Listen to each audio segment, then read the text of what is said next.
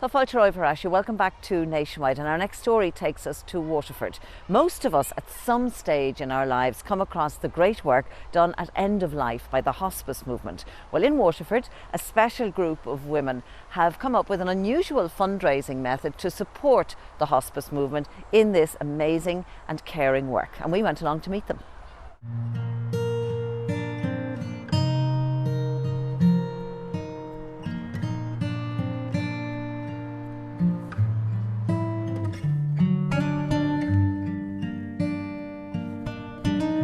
For the last 30 years, Waterford Hospice Movement provide the hospice home care service. It is provided to patients in their own homes, community hospitals and nursing homes. And when patients are no longer able to be at home, the only option available to them currently is the acute hospital. So it's very exciting now that through the fundraising efforts and the efforts of Waterford Hospice Movement that have funded 2/3 of the service that already is provided, will now be able to have this enhanced facility, 20-bed inpatient unit, a range of daycare services and outpatient services to support our patients. You've got a friend in me. You've got a friend in me. We started out 5 years ago. As it so happened, a friend of mine had died and the hospice had been in with her. She died at home. The family were so grateful for it, and that's what brought the hospice to my consciousness. And a couple of our friends, Lily and Mary in particular, were great knitters. And so we thought, God, if we could raise 500, wouldn't it be great? Our first outing was to a field day on a hot July day, and we made €200. We were absolutely beside ourselves, you know. And then we were invited to do the Harvest Festival. Now that was brilliant. We did very well and we made something like €2,000. So we couldn't believe it, like. So we upped our ante then. We said, we'll go for 5. So we made 10 in the first year. You got a friend in me. You got a friend in me.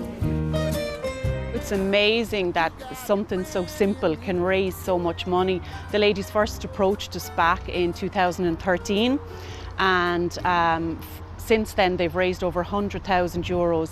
They work incredibly hard. They're just wonderful people and they really enjoy, you know, the camaraderie that they have and when they meet up, you know, and then when they produce all these goods, and they've always appeared at events that we've had and they have regulars built up now that purchase these items, but it's all for a great cause and the money comes to hospice.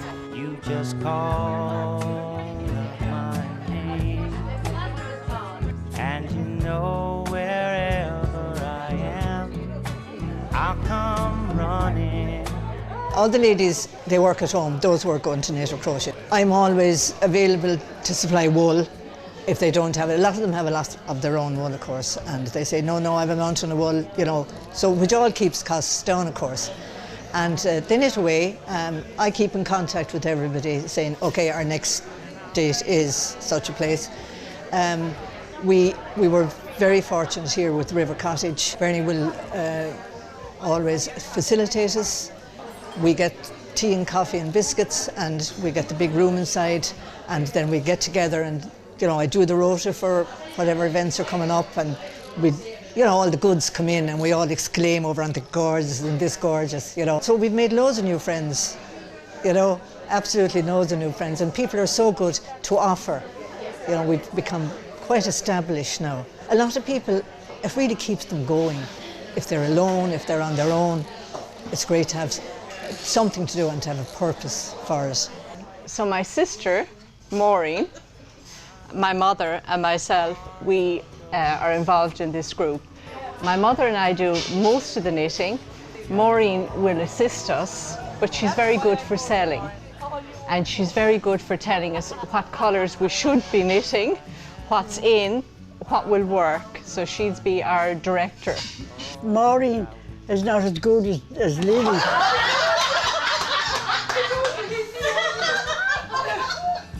Winter, spring, summer, or fall, all you got to do is cold. It's fantastic to have the support of all the local community and the women that come year after year. They keep saying, oh, I got 3 hats for me last year, I want another one. Would you have it in this colour this year? And we try to oblige.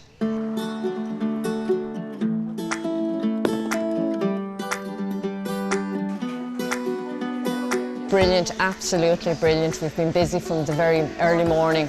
It just didn't stop. Tramore is a great spot for us and very supportive people here all the time, every year.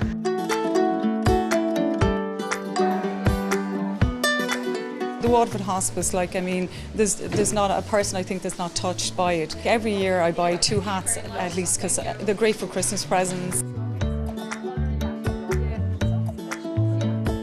Every cause is a good cause, but when people see, when we have our banner out and they see hospice, you'll see them doubling back, you know, and then you'll get stories and they'll tell you how much the hospice meant to them when their father, their mother, their brother or sister, you know, and we get all these stories and it's very moving, you know, these stories are very moving. And they say, I'd be delighted to support the hospice. Now, if they don't want a hat, if they don't want a Christmas decoration, we have a box there saying donations to cover our costs, and they'll put money into that. So everything goes to the hospice. We can say that, you know, hand on heart, we can say everything goes to the hospice. We have now raised €110,000. It surprises us. You know, and we keep saying, you know, are we sure? You know, is that an extra O or what? But it is what we've done. Now to see the new building done, I live in Viewmount, and every morning to walk down and say you had something to do with getting that building up, you know, you'd be so proud. You know, separate to the home care service, you know, we have pledged the 6 million, which we're still trying to reach that target, you know, is there to fund the fabulous inpatient unit that we have here. You know, there's still a little bit of work to be done, but you know, as you can see, it's fantastic and it will really enhance the services available to patients so that if they do need to come into hospital, there is a unit here, there are day services here, you know, and it will really make things so much better for these people. Everybody is still enthusiastic, and that's what I love. And not only that, but new people have come. You know, they've said, look, I have loads of wool, you know, I'd love to do some hats for you. So it has kind of taken its own life, and it has just rolled on, and it's like the little snowball, like, you know, it rolls on and it just gets bigger and bigger. Now, we did think, you know, we'd stop at 5,000. Then we thought, okay, as it's going so well, we maybe 50. And then definitely at 100 we were going to stop. But how could you? You know, I think we've all learned a lot. And, you know, even those who do knit and crochet at home, they have kind of gone on further, looking up patterns, looking for new things that we might do. You know, so they've grown into it as well, you know, so it's a win-win for everybody. And, you know, I can tell you they all love it. Now don't go hitting it.